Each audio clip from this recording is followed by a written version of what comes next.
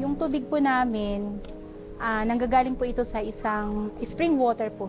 Tapos bali po yung barangay po, naglagay ng mga faucet po bawat purok para po makatulong sa mga komunidad na hindi na malayo ang kanilang iigiban. So ito yung source ng unang-una na ginawa nilang tangking. Mga ilang dekada na kasi ito eh. Ang simula nito, ano lang, yung parang hukay lang siya. Tapos yun, pagdating na ng mga barangay opisyal, nakiusap sila, naghimiram ito. Ganito na, sila gumawa ng ganyan.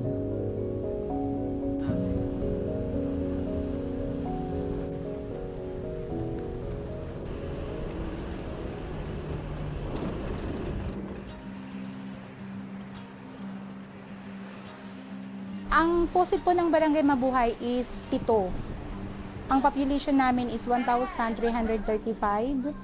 Tapos lahat po yan nakaka-access ng tubig. At saka hindi lang po ang Barangay Mabuhay ang nakaka-access, meron ding mga kapitbahay na mga barangays, pumupunta rin po dito. Tapos may mga panahon na o buwan na taghirap ng tubig.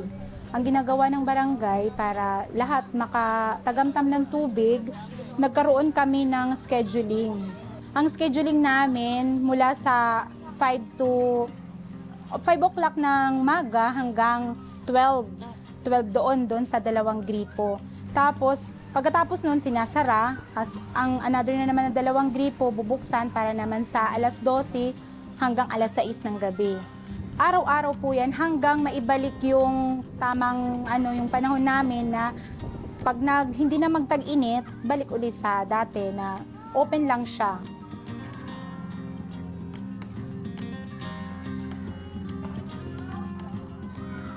Kapag tag-ulan, itong tubig na nakikita natin na malinaw, nagiging yellow siya. Pero hindi naman totally yellow na yellow. Pero kapag ganito na walang ulan, ito talaga ang makikita natin. Magiging malabo siya dahil galing dito sa mga, siyempre tumutulo yung, di ba pag umuulan, may nagpo-flowing yung mga tubig doon galing sa taas. Pag 1 day or 2 days lang po yung ulan, hindi po yung nagiging kulay yellow. Parang nare-remain siyang white, parang malinaw pa rin. Pero pag 3 na hanggang 5, doon na po siya nagiging yellow, yung kulay po ng tubig. Safe naman po siyang inumin ng mga tao dito. At saka, lagi naman po itong tinetest ng ng RHO namin. Kasi mayroon kaming sanitary inspection team. Nag-aalaga sa namin sa tubig. Na para sa kaligtasan po ng lahat, kung safe ba itong iniinom ng bawat isa sa amin. Kung bumibili pa ako ng mineral, siguro makakagastos ako ng isang buwan ng Kasi 25 per gallon eh. 2 araw ko lang yun iinumin ng pamilya ko. So 50 pesos times 31, isang buwan eh. So para sa amin, yung iba namin hindi kayang i-afford po yung 1,500 na yun. So dito talaga sila nag-iigib ng namin, inuming tubig.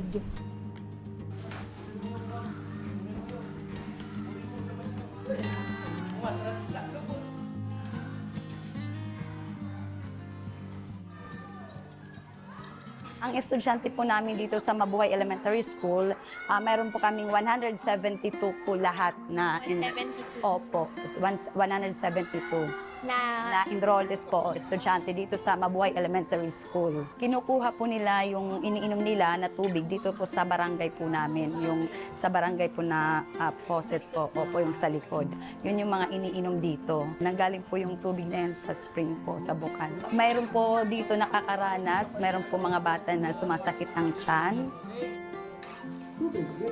Yun po yung minsan nararanasan po ng mga ibang bata dito po sa Mabuhay Elementary School. Meron po kaming naging kaso na last year, meron kaming kasong 2-3 ba yun, ng diarrhea. Yung pong nagka-diarrhea, hindi pa namin matrace kung sa tubig ba namin or sa ibang tubig po nang galing yun. Hindi naman natin masabi na yun lang talaga iniinom nila. Kasi minsan bumibili sila ng mineral or kung hindi sila nakakaigib or kung saan la or yung bata na pinapainom nila, hindi natin masabi. Kasi wala naman talagang direct na dito talaga sila nag-igib. Annually, nag-a-assist po ako sa pag-check po ng water po namin dito po sa barangay at sa iba pong barangay. At saka nag-check din po kami sa kapaligiran kung malinis, especially yung may mga alagang hayop. Kumukuha po kami ng sample ng water, tapos ipinapadala po namin sa FRMC or saan man para ma-check po niya kung yung water ba namin ay contaminated, kung safe ba siyang inumin dito sa barangay namin, kung marami po bang mikrobyo or ganyan. Yung sa RHU talaga, pinapatawag yung mga BHW, tapos nag-orient, tapos binibisita yung mga nagkakasakit, tapos nagkakaroon sila ng orientasyon doon sa mismo sa loob ng bahay. Paano gamitin ang tamang sanitation po. Yung mga hand washing po na ibibigay niyo po, ilalagay po namin yan sa loob po ng aming mga silid-aralan para mas safe po at hindi nalalabas yung mga bata. Doon na lang po mismo sa loob. Kasi pag nasa labas, marami silang hahawak-hawakan. So may tendency na marurumihan pa po yung kanilang mga kamay. So pag nasa loob po kasi at safe na po sila, hindi na po lalabas. Hindi na talaga hawak ng mga kung ano-ano. Malinis na po yung mga kamay nila.